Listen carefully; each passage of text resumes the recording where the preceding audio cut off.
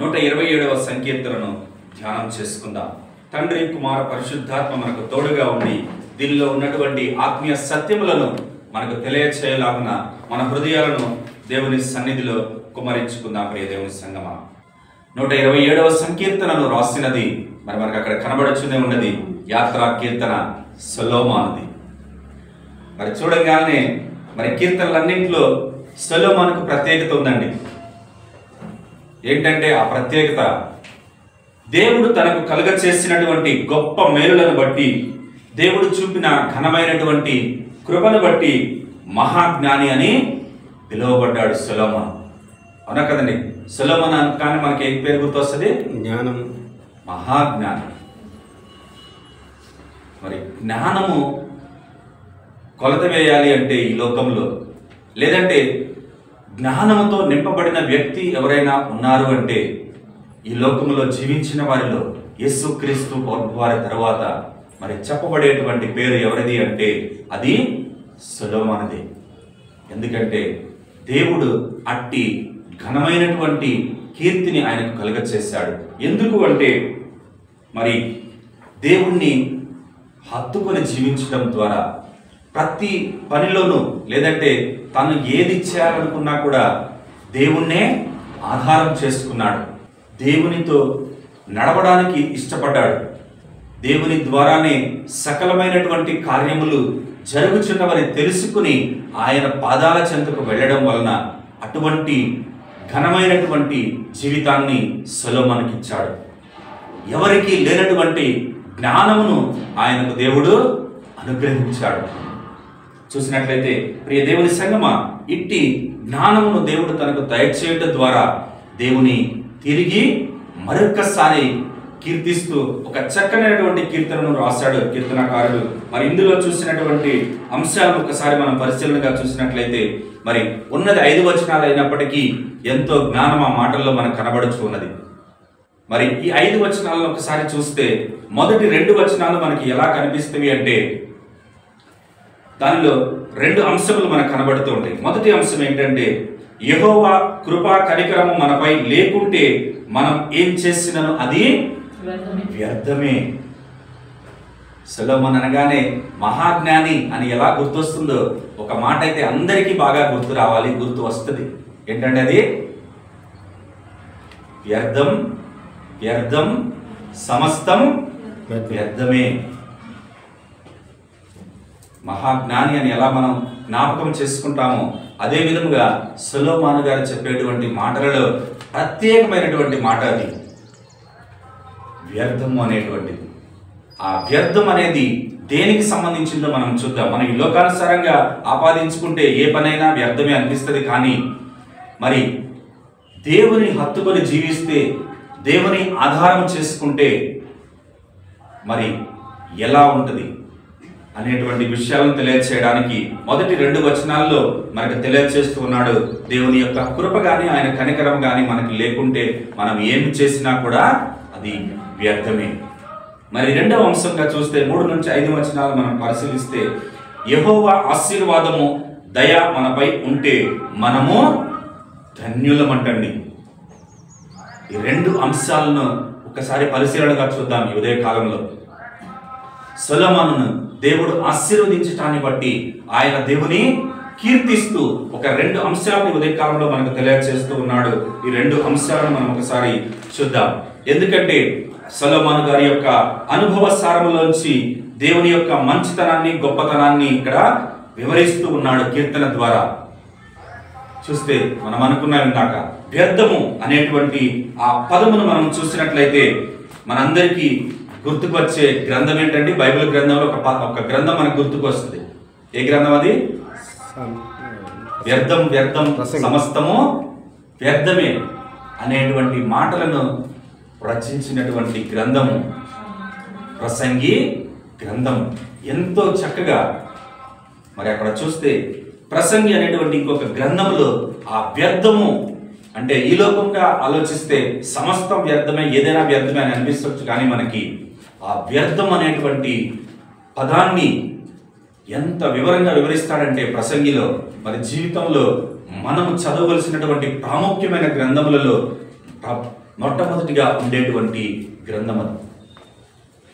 ప్రసంగి ఎంత చక్కగా ప్రవచిస్తాడంటే, అక్కడ ఎంత చక్కగా మన జీవితాలను వివరిస్తాడు అంటే, మన ముందుకి చూద్దాం కొన్ని మాటలను. మరి ఆ యొక్క ప్రసంగి యొక్క గ్రంథంలో ఎలా ఉంటుందంటే, ఆ గ్రంథం ఎలా ఉంటుంది అంటే జ్ఞానులకు జ్ఞానం ఇచ్చేదిగా ఉంటుంది, పండితులకు పాండిత్యాన్ని రుచి చూపించేదిగా ఉంటుంది, మరి సామాన్యులకైతే గొప్ప బలమును ధైర్యాన్ని, నేనున్నాను, నిన్ను సృష్టించిన నీ సృష్టికర్తనైనటువంటి దేవుడినైనా నేను నీకున్నాను అనేటువంటి నమ్మకాన్ని కలిగించేదిగా ప్రసంగి గ్రంథం మనకు కనబడుతుందండి. ఎందుకంటే మీరు ఎవరి బిడ్డలు ఉన్నారు, మరి చక్కనైనటువంటి అంశాలు ఉంటాయి అందులో. మీరు ఒక్కసారి చదవండి. చదివిన విషయాలు మీకు అర్థం కాకుంటే మరి మీరు అడిగినట్లయితే మీకు తెలియచేయడానికి మేము సిద్ధంగా ఉంటాం ఎల్లవేళలా. ఎందుకంటే అది మీకు చాలా జ్ఞానాన్ని ఇస్తుంది, దేవుని యొక్క మంచితనాన్ని తెలియచేస్తుంది. ఆ అనుభవ సారములోంచి ప్రసంగి తెలియచేసినటువంటి విషయాలు మనకు ఎంతో జ్ఞానాన్ని ఇస్తాయి. అటువంటి మహాజ్ఞాని తెలియచేసినటువంటి రచించినటువంటి ఈ యొక్క 127వ సంకీర్తనలో 2 భాగాల్లో మొదటి భాగాన్ని ఒకసారి చూద్దాం. యెహోవా ఇల్లు కట్టించిన యెడల దాని కట్టువారి ప్రయాసము వ్యర్థమే. యెహోవా పట్టణమును కాపాడిన యెడల దాని కావలివారు మేలుకొని ఉండుట వ్యర్థమే. చాలా ఇందాక నేను చెప్పాను, వ్యర్థం అనే అంశాల గురించి మనం మాట్లాడుకుందామని.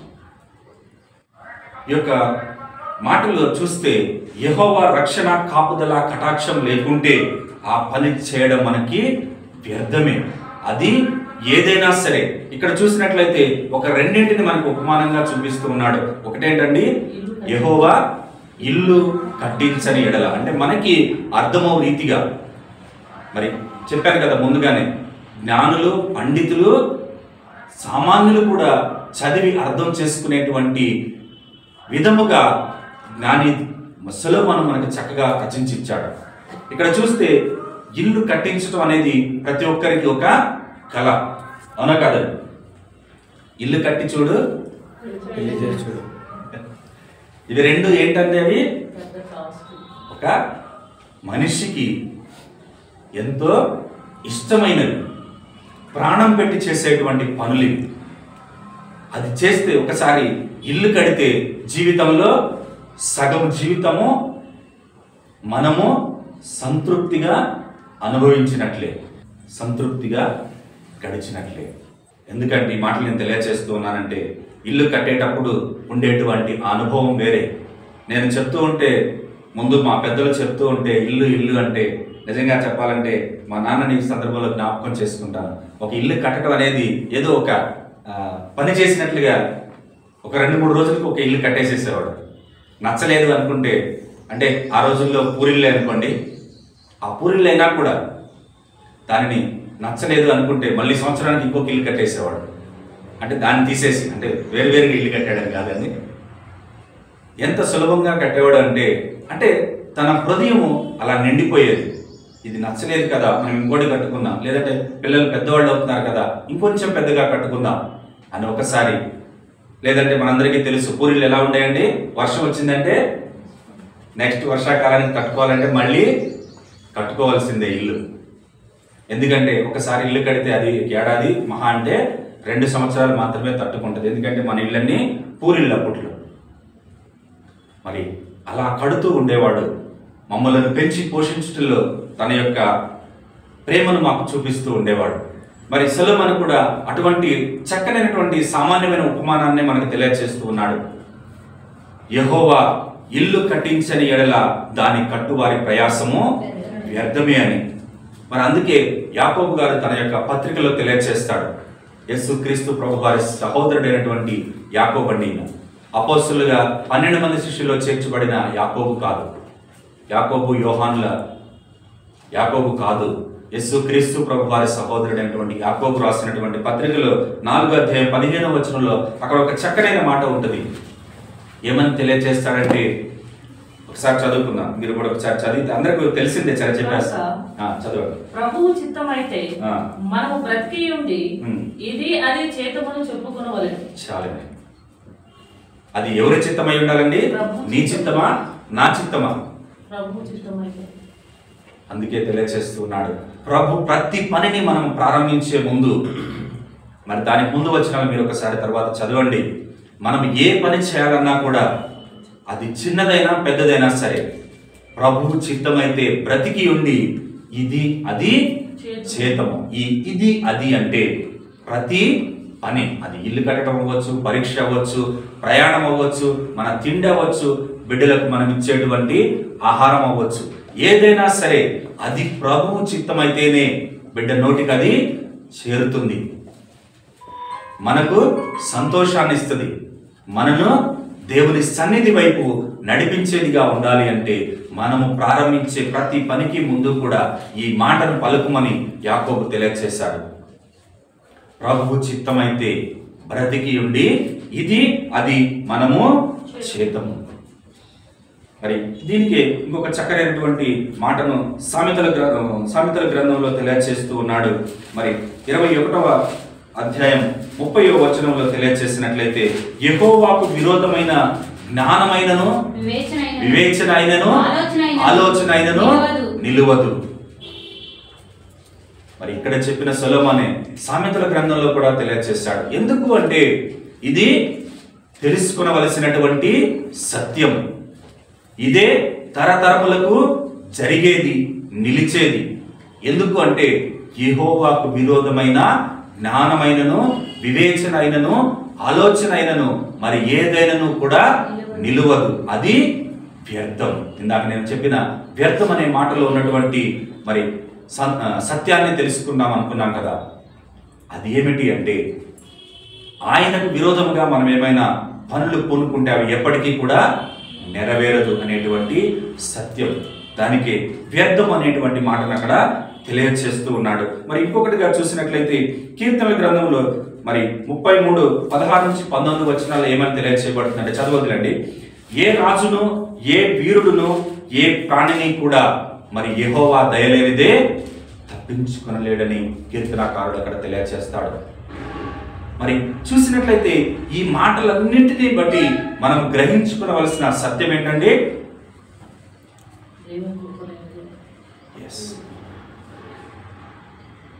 ఇంకా ఏమన్నా మరి యవనస్తుల్లోంచి ఎవరన్నా ఇప్పుడు చెప్పబడిన మాటల్లోంచి మీకు అర్థమైంది ఏదో ఒక మాట చెప్తే నేను సంతోషిస్తాను. దేవునికి విరోధంగా మనం ఏమీ చేయలేము. ఏ పని చేయాలన్నా కూడా ఆయన మనకు అనుమతిని ఇవ్వాలి. అందుకే యాకోబు తెలియచేశాడు, ప్రభువు చిత్తమైతే ఏదైనా చేద్దామని అనుకున్నామని తెలియచేస్తున్నాడు దేవుని సంగమం. అందుకే మరి సొలొమోను మహాజ్ఞాని తెలుసుకొని మరి దేవుని యొక్క కృపా కనికరం లేనిదే ఏమీ సాధ్యము కాదనేటువంటి సత్యాన్ని మరొకసారి ఇక్కడ మొదటి 2 వచనాల్లో తెలియచేస్తూ ఉన్నాడు. ఇంకోటి చూసినట్లయితే, మీరు వేకువనే లేచి చాలా రాత్రి అయిన తరువాత పండుకొనుచు కష్టార్జితమైన ఆహారము తినుచుండుట వ్యర్థమే. మరి ఇక్కడ వ్యర్థమే అంటున్నాడు. నేను మీకు ఇంకొక మాట చూపిస్తాను. ఒక ప్రసంగి దగ్గరికి ఒకసారి వెళ్ళొద్దాం. 2వ అధ్యాయం 24వ వచనాన్ని ఒకసారి చూద్దాం. 2:24 ప్రసంగి రాసినటువంటి గ్రంథం. తన కష్టార్జితము చేత సుఖపడుట కంటేను నరునికి మేలుకరమైనది ఏదియూ లేదు. ఇదిను దేవుని వల్ల కలుగునని నేను తెలుసుకుంటేను. 3:13 కూడా ఒకసారి 3:13 అదే ప్రసంగి. మరియు ప్రతివాడు అన్నపానములు పుచ్చుకొనుచు తన కష్టార్జితము వలన సుఖమును అనుభవించుట దేవుడిచ్చు బహుమానమే అని తెలుసుకుంటేను. దేవుడు ఒకసారి 1వ అధ్యాయం 13వ వచనాన్ని కూడా ఒకసారి చదువుకున్నాం. ఆకాశం క్రింద జరిగినది అంతటినీ జ్ఞానము చేత విచారించి గ్రహించుటకై నా మనసు నిలిపితిని. వారు దీని చేత అభ్యాసం నందవలనని దేవుడు మానవులకు ఏర్పాటు చేసిన ప్రయాసం బహుకఠినమైనది. మరి సొలొమోను అనేటువంటి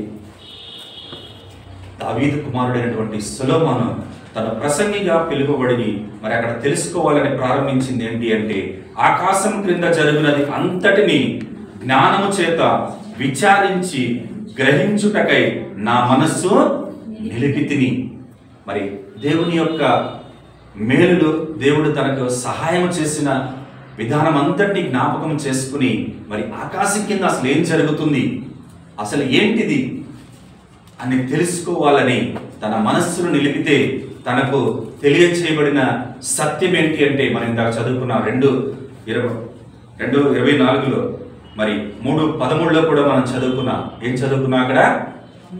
అన్నపానములు పుచ్చుకొనుచు తన కష్టార్జితమును చేత సుఖపడుట కంటే నరునికి మేలుకరమైనది ఏదియో లేదు. చూడండి ప్రియ దేవుని సంగమా, దేవునిలో ఎదిగిన తర్వాత బలపరచబడిన తర్వాత మనం తెలుసుకునే ఆత్మీయ సత్యాన్ని మహాజ్ఞాని మనకి తెలియచేశాడు. మనం మన ఇంటిలో ఉంటూ సుఖము మన అన్నపానాలు మనం పుచ్చుకుంటూ మన చేతుల కష్టార్జితమును మనం అనుభవించుచు సుఖముగా జీవించడానికంటే మరీ మేలైనది ఏదీ లేదు. అది కూడా ఏంటంట, మరి చివరిగా చదివితే దాని వచనంలో 24 చివరి భాగంలో ఏమన్నాడు? ఇదియును దేవుని వలన కలుగునని నేను తెలుసుకుంటుని. అది కూడా ఎవరి వల్ల జరిగిందండి? ఈరోజు మరి ఆదివారం మరి ఎంతో చక్కగా మనం మంచిగా భోజనాన్ని సిద్ధపరచుకుని వచ్చాం. వెళ్ళి దాన్ని తినగలిగే వారెవరు, దాని రుచిని ఆస్వాదించగలిగే వారెవరు? ఎందుకు అంటే మరి విస్తారముగా సంపాదించుకున్న ద్వారా మరి ఏమవుతుందంట? విస్తారముగా దుఃఖము కలుగుతుంది. దేవుని అనుమతి లేకుండా, దేవుని యొక్క సహాయం లేకుండా మనం ఏది కూడా చేయలేము అనడానికి నిదర్శనంగా ఇక్కడ చూపిస్తూ మరి ఇక్కడ 127వ సంకీర్తనలో అయితే మళ్ళీ ఏమంటున్నాడంటే, మనము ఆయన కృప లేనిది ఏమైపోతుందంట? అది మీరు వేకువనే లేచి చాలా రాత్రి అయిన తర్వాత పండుకొనుచు కష్టార్జితమైన ఆహారం తినుచుండుట వ్యర్థమే అంట. మనకి దొరికేది మన చేతుల కష్టార్జితమే అని ప్రసంగి గ్రంథంలో తెలియచేశాడు. మరి ఇక్కడికి వచ్చేసరికి ఏమంటున్నాడండి? ఒకవేళ అది దేవునికి ఇష్టమైనది కాకపోతే, ఒకవేళ అది నీవు దేవుని అనుసరించి చేయకపోతే, వాక్యానికి విరోధముగా నీవు చేస్తే, దేవుని కృప నీకు తోడుగా లేకుంటే నీ కష్టార్జితం ఏమవుతుందంటే అది వ్యర్థమే. నీవు సుఖముగా పండుకోలేవు. ఎంత రాత్రి వరకు నువ్వు పనిచేసినా సరే మరి దానివల్ల కలిగేది ఏమంటదంట? వ్యర్థమే అంటున్నాడు. చూడండి ప్రియ దేవుని సంగమా, ఈ మాటల్లో ఉన్నటువంటి ఆత్మీయ సత్యాలను జ్ఞాపకం చేసుకుంటూ మన రెండవ భాగంలోనికి వెళదాం. 3 నుంచి 5 వచనాల్లో మరి చక్కనైన మాటలు మనకు మళ్ళీ తెలియచేయబడుచున్నాయి. ఒకవేళ యెహోవా ఆశీర్వాదము దయ మనపై ఉంటే మనము ఏ విధముగా ధన్యులమని తెలియచేస్తున్నాడు ఒకసారి చూసినట్లయితే, కుమారులు యెహోవా అనుగ్రహించు స్వాస్థ్యము, గర్భఫలము ఆయన ఇచ్చు బహుమానమే. అవునా కదండి? అవునా కదా? ఆ విషయం ఎవరికి బాగా తెలుస్తుంది అంటే గర్భఫలము కొరకు ఎదురు చూసే వారికి, దేవుని ప్రసన్నత కొరకు కనిపెట్టుకుని ఉండే వారి కొరకు. మన చుట్టూ ఉన్నటువంటి మన సహోదరులలో ఎవరైనాను అటువంటి స్థితిలో ఉంటే మరి మనకన్నా కూడా వారికి బాగా తెలుస్తుంది యెహోవాయే అనుగ్రహించువాడని. కుమారులను కుమార్తెలను గర్భఫలములను ఆయనే అనుగ్రహించువాడని, అది ఆయన ఇచ్చే బహుమానమని కీర్తనకారుడు ఎంతో చక్కగా తెలియజేస్తూ ఉన్నాడు. యెషయా గ్రంథంలో ఒకసారి చూస్తే చక్కనైన మాట అక్కడ రాయబడి ఉంటుంది. మరి ఎంతో మంది మనకి ఉపమానాలను తెలియజేస్తూ ఉన్నారు. ఇటువంటి సందర్భంలో దేవుడు చేసిన మేలులను జ్ఞాపకం చేసుకుంటూ ఉన్నారు. మరి యెషయా గ్రంథం 8:18 వచనాన్ని ఒకసారి చదువుకుందామండి. యెషయా గ్రంథం 8:18. ఇదిగో నేనును యెహోవా నాకు ఇచ్చిన పిల్లలను సియోను కొండ మీద నివసించు సైన్యములకు అధిపతియగు యెహోవా వలనే సూచనలుగాను మహత్కార్యములుగాను ఇశ్రాయేలీయుల మధ్య ఉన్నాము. ఇశ్రాయేలీయుల మధ్య ఎవరున్నారంటండి? నేను యెహోవా నాకిచ్చిన పిల్లలను మనమే కంటామని మరి అనుకోవచ్చు. మరి తల్లిదండ్రులు మరి ఈ లోకానుసారముగా మరి వారి ద్వారా కుమారులు కుమార్తెలు అనుగ్రహించబడుచున్నారని లోకులు అనుకొనవచ్చు. కానీ మరి దేవుని యందు భయభక్తులు కలిగిన మనము, యేసు క్రీస్తు ప్రభువారిని రక్షకుడిగా అంగీకరించిన మనము, క్రీస్తులోనే రక్షణ, విమోచన, విడుదల ఉంది అని నమ్మేటువంటి మనం ఒప్పుకొనవలసింది ఏంటంటే, నేనును యెహోవా నాకిచ్చిన పిల్లలను సైన్యములకు అధిపతియగు యెహోవా వలనే సూచనలుగా మహా అద్భుత కార్యములుగా మేము కనబడుచున్నామంటాడండి యెషయా. మరి మన బిడ్డలను పెంచేటప్పుడు మనం తప్పక జ్ఞాపకం ఉంచుకోవాల్సిన మాట అది. ఆయన మనకిచ్చిన బహుమానములు మన కుమారులు కుమార్తెలు. మరి వారిని దేవుని సన్నిధిలో దేవుని యొక్క వాక్యములో నడిపించవలసిన బాధ్యత ఈ లోక తల్లిదండ్రులైనటువంటి మనకి ఉన్నదని మరొకసారి కీర్తనకారుడు తెలియచేస్తూ ఉన్నాడు. మరి మనకి ఇంకొక చక్కనైనటువంటి ఉపమానం మనకు తెలియచేయబడుతుంది. మొదటి సమూయేలు గ్రంథంలో చూసినట్లయితే హన్నా ఏ విధముగా బ్రొక్కుకుందండి. ఇందాక నేను మీకు చెప్పాను, గర్భఫలము లేని వారికి మాత్రమే ఆ యొక్క సత్యము తెలియచేయబడుచు ఉన్నది. మరి తన గొడ్రాలుగా పిలువబడుచు తన యొక్క గర్భఫలము లేక ఎంత బాధను అనుభవించిందో, మరి అప్పుడు వెళ్ళి మరి దేవుని సన్నిధిలో మొరపెట్టుకుంటే ఆ తల్లి మాట్లాడకపోయినప్పటికీ తన యొక్క మూలుగుల స్వరాన్ని మరి యాజకుడు విన్నాడు. ఏలీ ఆ మాటలను విన్నాడు. నీవు కోరుకునే విధముగా నీకు దేవుడు అనుగ్రహిస్తాడని తెలియచేశాడు. అటువంటి ప్రార్థన మరి మనకు అవసరము. ఆ విధంగా తండ్రి చెంత మనము కోరుకునవలనని మనకి తెలియచేస్తూ ఉన్నాడు. మరి ఆది కాండంలో మనం ఒకసారి నేను ఒక 2 ఉపమానాలను చూపించి ముగిస్తాను. ఎందుకంటే మరి ఇందులో ఉన్నటువంటి ఆత్మీయ సత్యములు అంత బలమైనవి. మరి 4వ వచనంలో చూస్తే యవన కాలమందు పుట్టిన కుమారులు బలవంతుని చేతిలో బాణముల వంటి వారు, వారితో తన అంబుల పొది నిలుపుకొనిన వాడు ధన్యుడు. అట్టి వారు సిగ్గుపడక గుమ్మములో తమ విరోధులతో వాదించుదురు.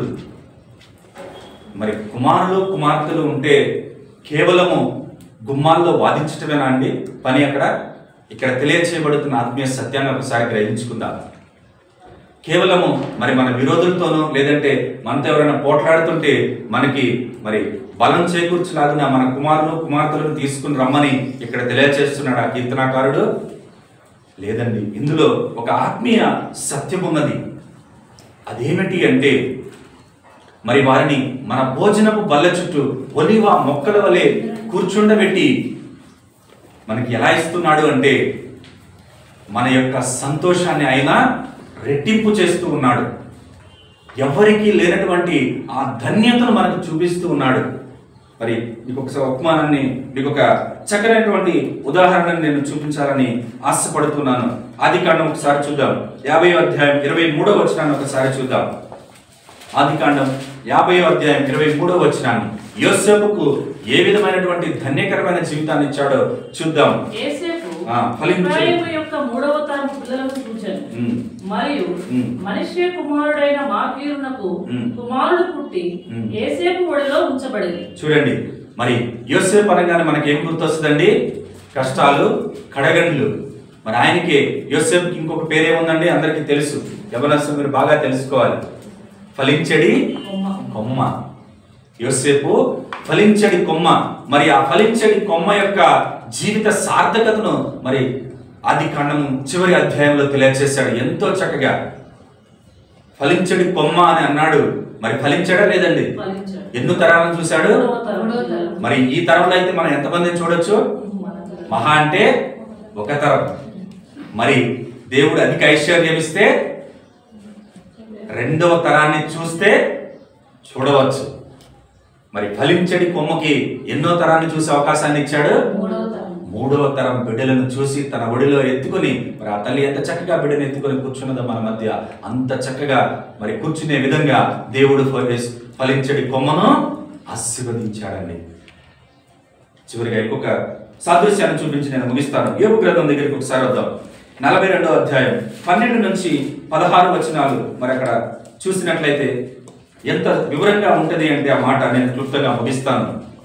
యోబును కూడా దేవుడు దీవించాడు. యోసేపును ఏ విధంగా అయితే 110 సంవత్సరములు ఆయుష్నిచ్చి దీవించి 3వ తరాలను చూసే విధంగా అవకాశాన్ని ఇచ్చాడు. మరి యోబుకు కూడా 140 సంవత్సరముల ఆయుష్నిచ్చి మరి యోసేపు అయితే 3వ తరాన్ని చూశాడు. మరి యోబు అయితే ఇంకొక అడుగు ముందుకు వేసి 4వ తరం బిడ్డలను చూసే అవకాశాన్ని దేవుడు ఇచ్చాడు. ప్రియ దేవుని సంగమం, అంతకు ముందు తనకు ఎంత ఆస్తి, పశువులు, గొర్రెలు, మందలు ఉన్నవో దానికి ఎలా ఇచ్చాడండి? రెండంతలు రెట్టింపు మరి దాన్ని ఆయనకు అనుగ్రహించి దేవుడు నాలుగో తరం బిడ్డలను కూడా చూసేటువంటి గొప్ప భాగ్యాన్ని ఇచ్చాడు. అది ఎందుకో మనందరికీ తెలుసు. దేవుని హత్తుకొనుట ద్వారానే, దేవుని నమ్ముకొనుట ద్వారానే, యెహోవా మాత్రమే ఐశ్వర్యం ఇచ్చువాడని కీర్తనకారుడు తెలియజేసినటువంటి మాటలోని సత్యమును గ్రహించుట ద్వారానే మరి 7 కుమారులను 3 కుమార్తెలను పొందుకొని 4వ తరం బిడ్డలను తన ఒడిలో ఉంచుకొని మరి దేవుని యొక్క మహాకృపకు పాత్రుడుగా ఎంచబడ్డాడు. చిల్ల పెంకులతో తన కురుపులను మరి పెళ్లగించుకుంటూ కుక్కలు వచ్చి తన పుండ్లను నాకుచ్చినటువంటి స్థితిలో ఉన్నటువంటి యోబు మరి ఏ స్థితిలోకి వచ్చాడండి? తన తర్వాత 4వ తరం బిడ్డలను తన పొత్తిళ్లలో పెట్టుకునే విధంగా దేవుడు ఆశీర్వదించాడు. అటువంటి ఆత్మీయ సత్యాలను ఇక్కడ సొలొమోను గారు మనకి ఉదయ కాలంలో తెలియజేస్తూ ఉన్నాడు. ప్రియ దేవుని సంగమా, మరి నేను నా కీర్తనను ముగిస్తూ ఉన్నాను. ఈ 2 అంశములు మన హృదయాల్లో బలంగా నాటుకుందాం. యెహోవా మనకు తోడుగా ఉంటే మనం ఏ విధంగా ఆశీర్వదింపబడతాం. యెహోవా లేకుంటే మనము ఏది చేసినా కూడా ఏ విధంగా అది వ్యర్థమైపోతున్నది అనేటువంటి ఆత్మీయ సత్యాలను కీర్తనకారుడు మనకు తెలియజేస్తూ ఉన్నాడు. జాగ్రత్తగా ఆ విషయాలను మన హృదయాల్లో పదిలపరుచుకుందాం. యెహోవాయే మనకు ఆధారం, ఆయనే మనకు ఆశ్రయం. ఈ మాటలను మన హృదయాల్లో పదిలపరుచుకుందాం. దేవుడు మనలను దీవించును గాక.